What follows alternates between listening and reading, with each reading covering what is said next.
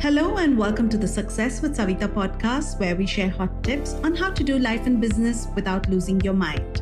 I'm your host, Savita Nanjappa, entrepreneur, high-achieving 9-to-5er turned transformational success coach, helping you create a wildly successful business. Come hang out with me and other fabulous humans like you every week for stories and chats packed with a healthy dose of tips, resources, how-tos, and real talk. Side effects may include a happier and more confident you with each passing day.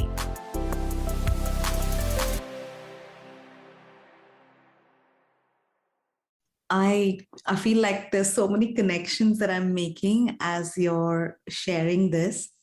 I have a different question for you, which is when we talk about money mindset or learning, changing your money story, what's the starting point? So I've come to you and I'm like, Dr. Fryer, please help me. I maybe I don't even know I have a terrible money mindset. Maybe I just think I can't make money. I'm not lucky. I had to be born rich. Now it's too hard. It's too late. I'm too old. All of these stories. What is the starting point for me to start transforming? Like where would you start in helping me change? That is such a great question. And where I would invite you to start where I started, where I continue to start, and where all of my clients start is right where you are. You start where you are. Okay. So what I heard you say was, let's say I don't even know I have a terrible money story. That is true for all of us. We don't know what is in the subconscious until we go investigate. The conscious mind thinks it knows everything because the conscious mind is here to keep us safe, and it bases its idea of safety on very, very, very early conditioning. It's your personal conditioning in the family of origin you grew up in, those who raised you. It's the collective conditioning of the culture you grew up in. If you're a woman, all women are rising from the collective conditioning that says we are literally worth less than men. Which of course could not be farther from the truth. All life comes through the creative, the Shakti, the divine feminine. All life comes through the divine feminine. All creative impulse is the divine feminine. It is the creative space that is in the void. It's in the darkness. It's in the emptiness. The seed that results in another human gets planted in an empty womb, not in a full one. The seed of creativity gets planted when your mind is empty, not when it's full and thinks it knows everything. And so there's a requirement that we empty out, which, to bring it back to the heart constantly goes back to empty so that it can fill. The leaves fall from the tree so that the tree is more exposed, it's more vulnerable, so that more light gets in. So how do you begin to explore your money story? The subconscious leaves clues. So look at your bank account. How much is in there right now? That's a reflection not of your potential, not of what's possible starting right now. That's simply reflecting how many enrollment conversations have you had in the last week or month or year. If you're working for somebody else, when's the last time you had a conversation about renegotiating your salary, etc.? It's simply showing you, here's what you've done up until this point. Here's what you've received up until this point. Here's what you've agreed that you deserve to receive up until this point. So it doesn't have any bearing on what you are capable of going forward. And the world is changing so fast right now. Yeah. There is so much opportunity right now that every one of us gets to link arms and help each other rise into. So look at your things like your bank account. Look at your body. Are you sleeping well? Everybody's feeling stress right now. Yeah. It's not just that we're at war. It's not just that we're entering year 3 of a pandemic. It's not just that we're experiencing inflation, right? There's just this collective squeeze that we're all feeling from a whole bunch of things. And what happens when you squeeze toothpaste? It rises. What happens when you squeeze a pastry tube? It rises. So the squeeze is actually, it is creating conditions for every one of us to rise in a different way. So look at the story, look at the words. You shared a lot of money mindset subconscious beliefs that a lot of people share. Yeah. I'm too old. I can't make any money. This doesn't work for me. I'm going to have to work really, really hard. I don't have time. I don't know enough. So that's a belief that you've been operating with. Yeah. If you're watching the belief, can you see yourself playing the role of somebody who says, I'm too old? Well, what if you're wrong? What if you're wrong? To question the beliefs. Yeah, question what you're hearing in your head. Question the story you're telling yourself. Question the way you talk about yourself in your own head. Question the way you talk about yourself to other people. Are you quick to say, oh, I can't do that? Or are you quick to say, I'm going to figure it out. I'm going to be resourceful. I know there's a way. I'm taking a stand. I'm not budging. I'm going to stand right here and, put a stake in the ground for what I believe in. And I'm not going to let these beliefs of negativity and my insufficiency, I'm not going to let that steamroll me. I'm going to take a stand for me. I'm willing to fight those beliefs. On some level, what's going on in the outer world is being reflected internally. And how much are we at war internally with ourselves? How much do we violate ourselves? So you can hear it in the language. You can also feel it in your body. If there's a part of you that really wants to make more money and you immediately feel your stomach clamp down, that's because there's a part of you that is resistant to receiving. There's a part of you that's afraid, well, people aren't going to like me if I make that much money. Who am I to make money when so many people are starving? Who am I to be, part of the 1%? Well, your subconscious is the 99% of the rest of you. Your conscious mind is the 1% that's dominating you. Wow. What if you let the 99% of the rest of you that's intuitive and compassionate and creative and innovative and disruptive and mysterious and mystical and philosophical, etc. What if you let that into the room with you so that you're, when you're looking at the Jumbotron of life, you're not looking at the one pixel as if that's an expression of the entire scene. It's not. There's so much more available. Yeah. So look at the body's response and look at the words that you say, and then you'll begin to have an indication of how you're reacting to the thought. The thought doesn't control you. You created the thought. You're the one thinking the thought. You're watching the thought. And if you get addicted to it, and if you identify as it, you're going to get all tangled up in the thought as if you're the thought. And then the thought's controlling you. But if you can watch the thought, you can choose to interact with it. Is that true? What if it's not true? I actually have a different thought. There you are presenting with that thought. And now here comes another thought, and here comes another thought, and here's another thought. And just, walk around and see them from different perspectives. Yeah. But what comes to mind is this is so hard to do, right? Because it's really hard to explore those thoughts. What is your suggestion? Make some time, do this practice every day. Like, what are some tips and tools that you recommend to start doing this on an everyday basis till you reach a point where those thoughts are not the first thing that come to your mind when you think about money? Great question. So number one, remember we said question everything. So every time you hear yourself saying, it's so hard, it's so hard, it's so hard, there's nothing that's hard or easy. It's your conditioning that says it's hard. Okay. So you're addicted to the idea that there's a problem. You're addicted because the mind, I'm not saying you are, I'm saying we are as human species. What the mind does is the mind goes and looks for problems. Why? Because if there's a problem, if there's something broken, if there's something that needs to be fixed, the mind gets to rush in and say, yay, look at me, I'm so great, I fixed it.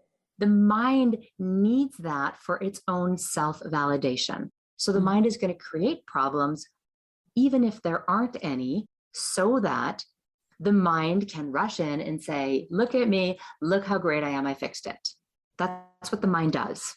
So we've got to become first aware of the movie that's running in front of the mind. And you've got to realize, oh, that's an interesting movie. But rather than you being in the movie, move back in the theater. Instead of being in the front row, being like, oh my God, oh my God, oh my God, move back and watch yourself playing the role of the starving artist. Mm. Or better yet, get up out of the chair in cinema number 1 in the Cineplex, because you've been sitting in that same damn chair your entire life. You've been watching that same movie play out every day. You've memorized every frame. You laugh when you're supposed to. You cry when you're supposed to. You pretend to be the victim when you're supposed to. You pretend to be helpless when you're supposed to. Why? So that you can be the hero of the movie, right? I mean, this is part of our human condition. You could get up out of that movie theater, walk down the hall, walk into movie theater, let's say number 8. I picked 8 because it's the infinity sign sideways. Let's say you step into movie theater number 8. There's a totally different movie playing on the screen.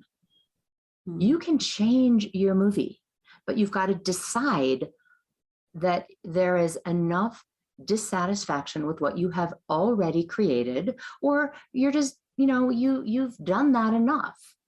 Think of it like traveling. Most people that I work with love to travel. They're super adventurous. They're psyched to get on a plane and go to a country they've never been to before and hear the movie and hear the music and eat the food and see the beautiful fabric in a new country.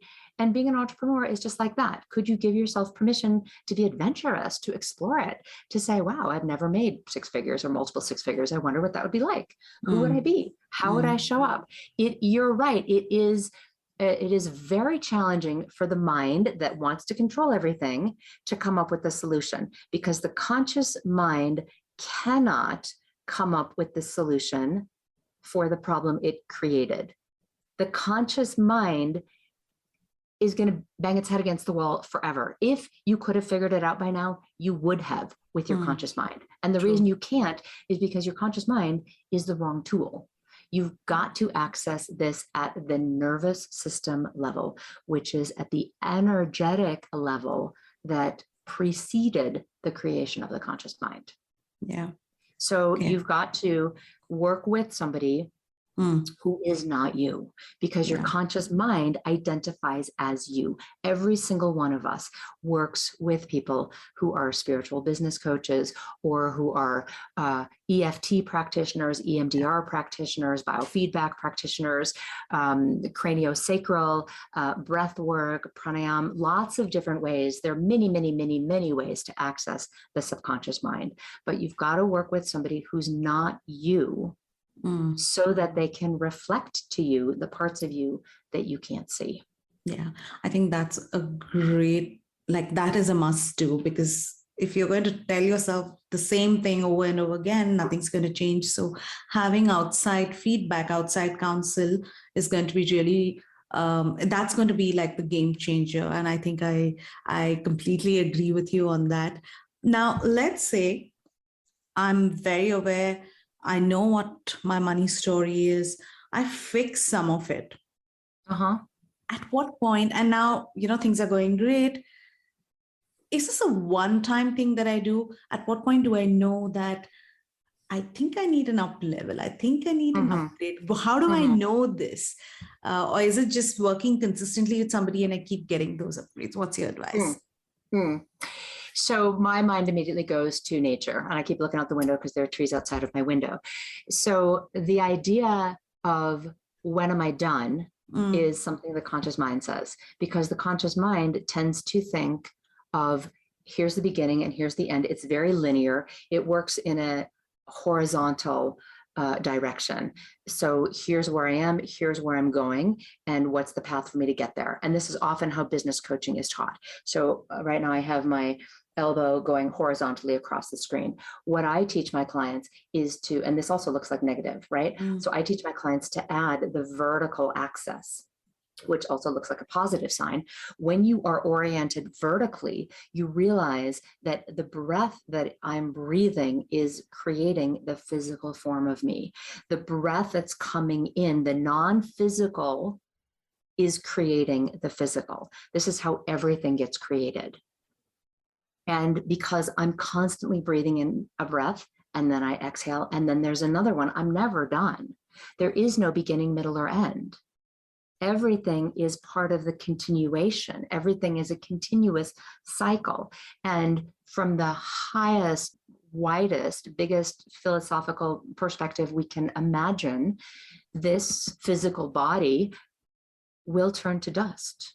What will remain is the non-physical.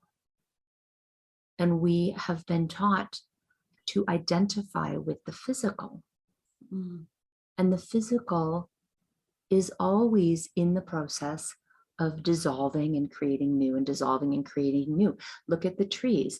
They root deeper and they extend higher into the sky. Their roots go deeper and wider, and their crown expands higher and wider. So there's this constant cycle of growth that is never ending. And from that perspective, we're never done. Your to-do list is never done.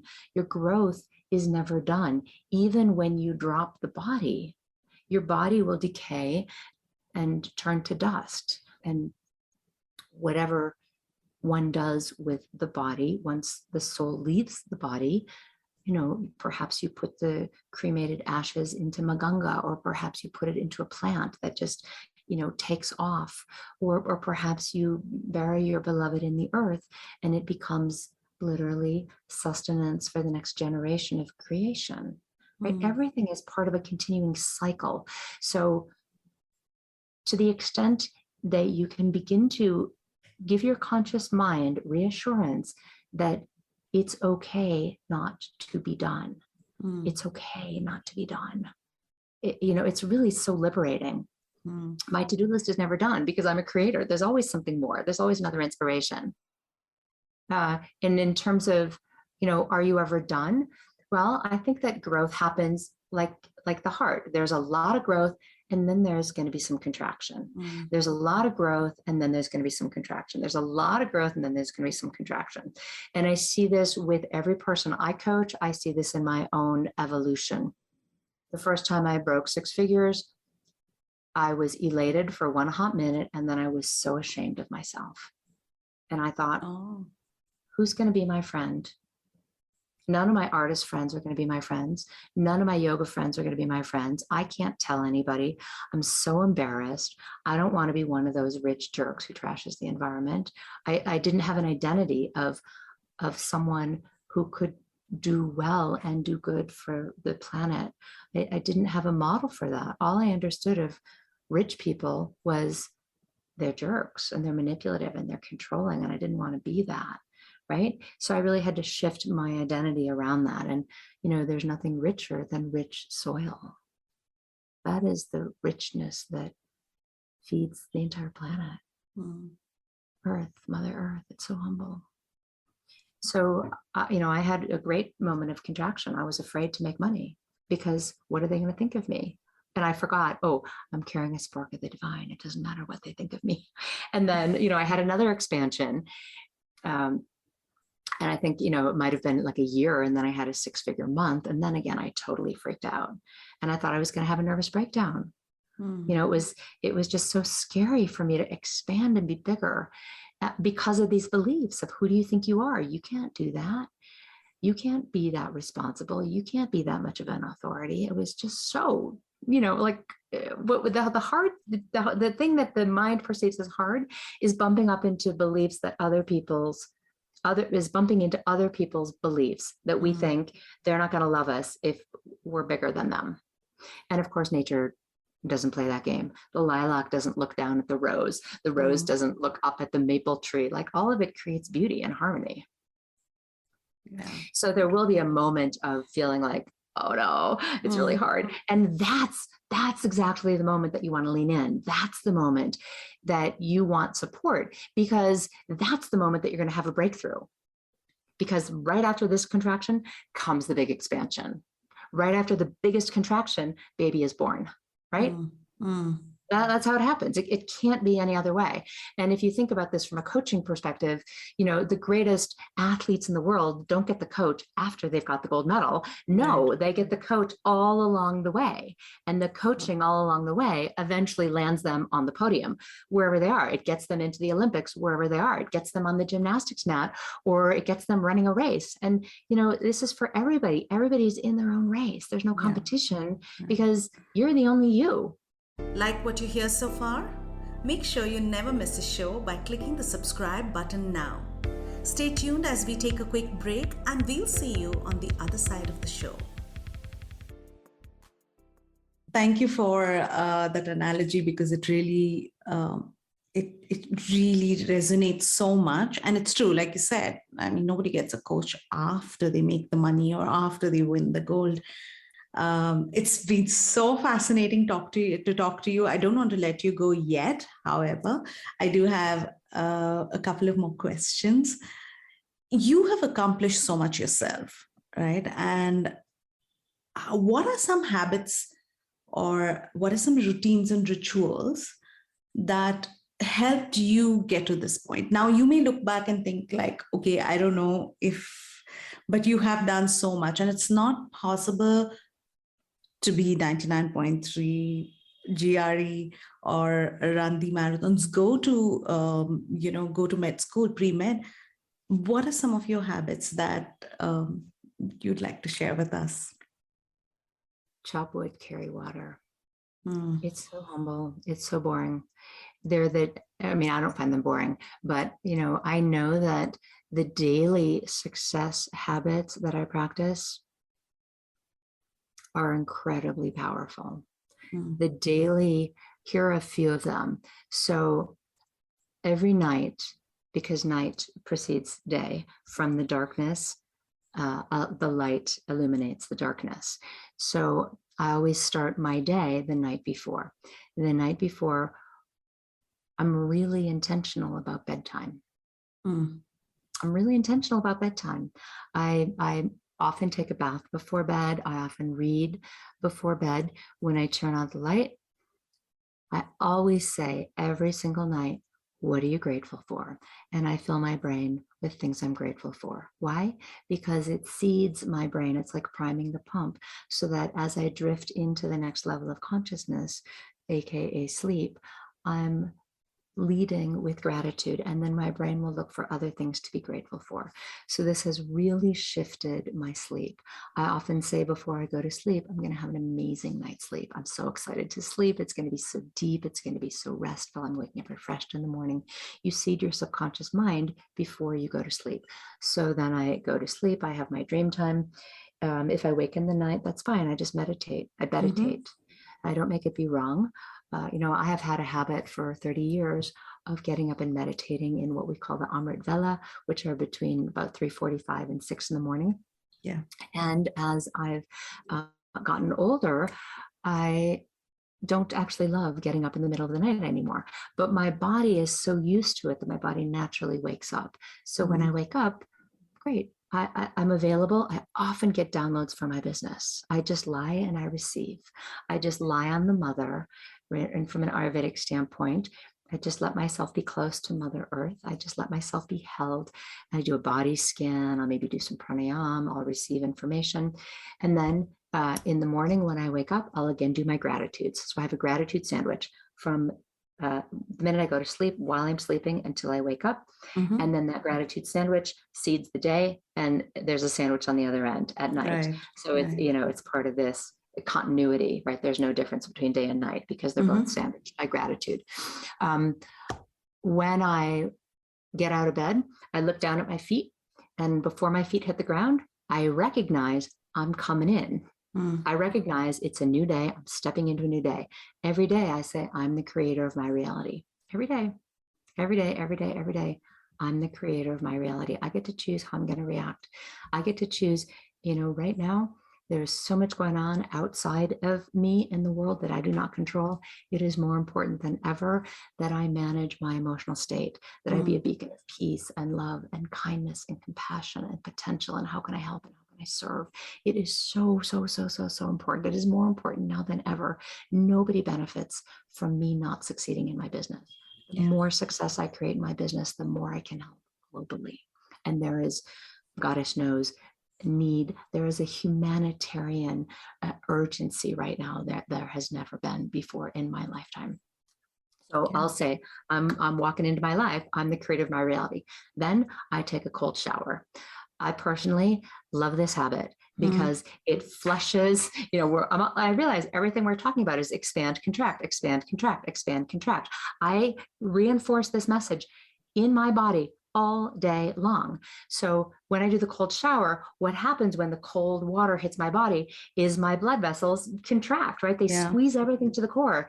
And then when the warm comes, everything rushes back out. So I'm literally reaffirming this, that I'm part of the universal pulse of everything.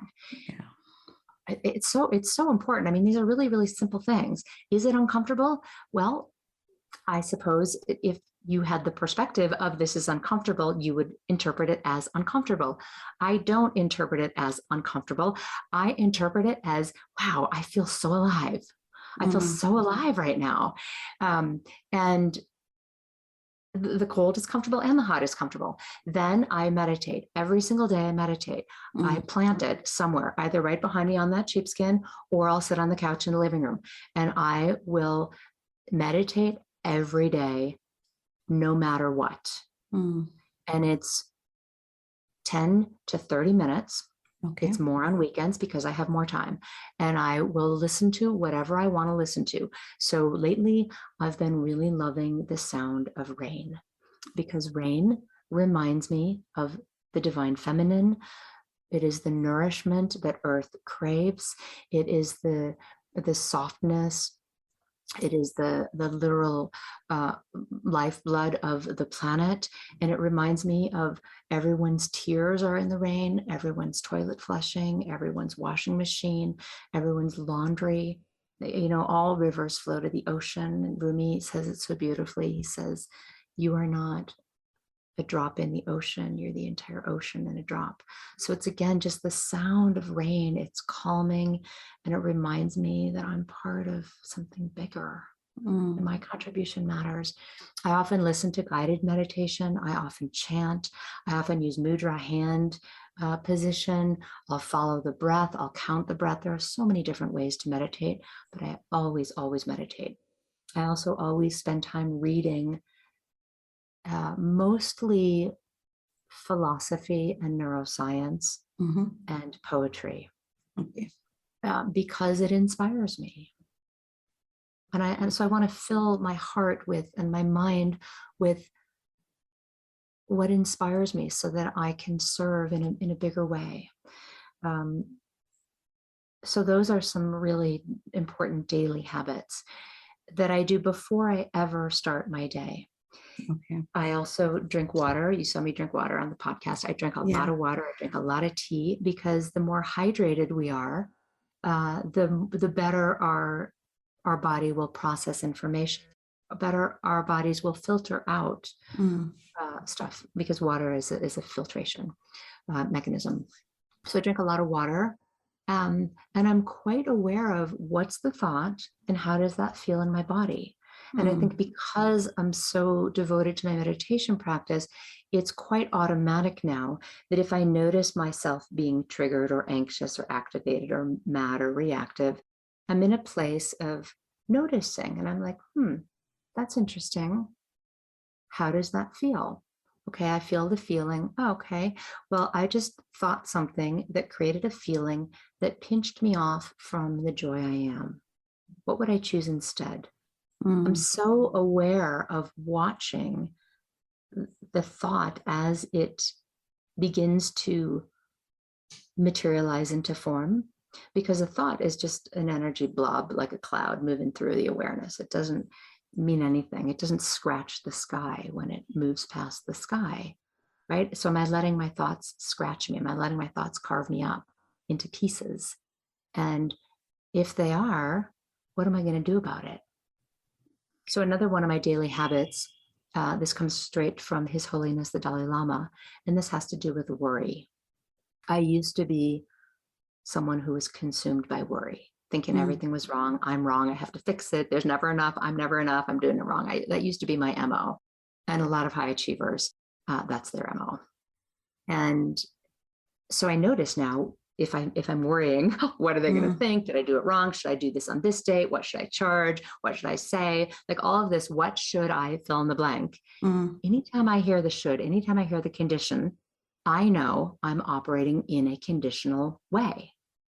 Should, would, could. Anytime I hear myself using those words, I should have, I would have, I could have, I got to notice it first. So step 1 is always noticing. Step 2 is, what does that feel like? Step 3 is, what do I choose instead? So I choose to be very aware. And so what the Dalai Lama says is, when you notice yourself worrying, which is, what should I, what could I, right? You're in reactivity, and it's very black and white. It's a 2-step process. Can I do something about it right now? If the answer is no, don't worry about it. Is there a solution? No. If there's no solution, don't worry about it. If there is no solution, there's nothing to worry about, because you're never going to find a solution if there isn't one. So just stop worrying about it if there's no solution. If there is a solution, what is the solution? What can I do right now? And then do it. Instead of worrying about it, just do it. And that will increase your productivity. It will increase your feeling of, I'm doing something valuable, I matter. It will increase the feeling of, I'm contributing, I'm helping, I'm serving. You being in action is incredibly valuable.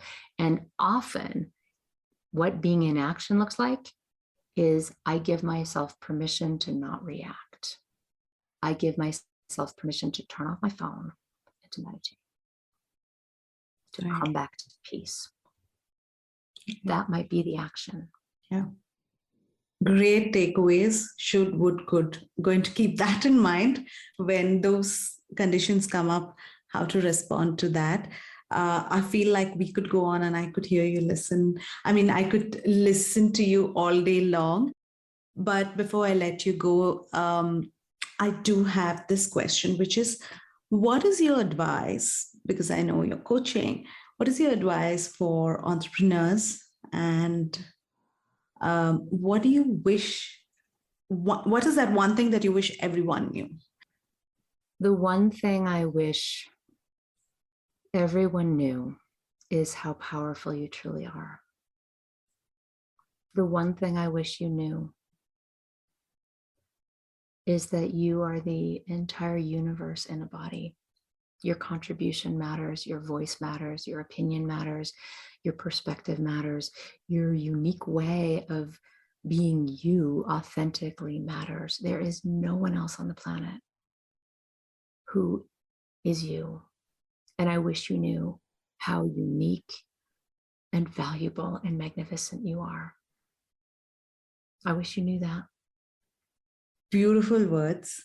And Dr. Fryer, is there anything else you would like to leave our audience with? And also, of course, I know you're an author, you've written books. How can we get those? How can we get in touch with you? How can people find you, follow you, all of that? Please share with us. Well, thank you so much. First of all, I just want to thank you so much for this incredible interview and these wonderful provocative questions that you've asked and this beautiful conversation we've had. If you are feeling resonant with this and you'd like to connect with me deeper, please go to my website, deborahfryer.com, DeborahFryer.com, and reach out to me in the contact form. I personally respond to every email, and I love helping you upgrade your mindset, identify those beliefs that are limiting and disempowering so that you can really thrive and be confident and serve in the way that you want to be in the world. I also have a free book that I am offering that is called Turn on Your Tap, and the links are in the show notes somewhere. Yeah. And I really love this book because it walks you through emotional freedom technique, which is a proven mind-body technique to release stress and increase confidence and purpose. And it is a very powerful way for you to literally retrain your brain so that you stress less and you can be more present and more calm and more clear in your purpose and your mission. So I'd love for you to download that and start tapping along with me. Right. Thank you so much. I feel like we should do a part 2 because there's so many questions that I did have for you, but I would love to come back to you. Thank you so much because I have never had a conversation like this before. This has been my first time experience, and I was all in listening to your story. It's really brought goosebumps. So many connections. I meditate, so I'm glad to know that that's a great takeaway from you. I have also practiced Ashtanga yoga. My conditioning was exactly the same: get a job, do well in school, do well at work, get a job, and that's how you will thrive in life. In fact, my parents, when I did start my business 4 years ago, were horrified because I quit my job, and they were like, "How can you do this?" So, I mean, it's been a wonderful conversation. Thank you so much for your time. You've been really generous with your time and sharing everything that you've learned so far. We're going to be sharing all the details about how to get in touch with the Dr. Fryer, the website links, Instagram links, and the link to the book in the show notes. And I hope we will see you sometime in India on your next visit, or when you visit. Now that we're all opened up, the place is calling. You should be here soon. And I look forward to staying connected to you, Dr. Fryer. I look forward to that too. Thank you so much. You're welcome. Thank you for listening to the podcast. If you like this episode and you want more, you can go to the show notes on my website, which is successwithsavita.com/podcast. If you like what you've heard so far, I would be grateful to you if you could leave me a 5-star review, subscribe to this podcast, and share with a friend who may find this useful.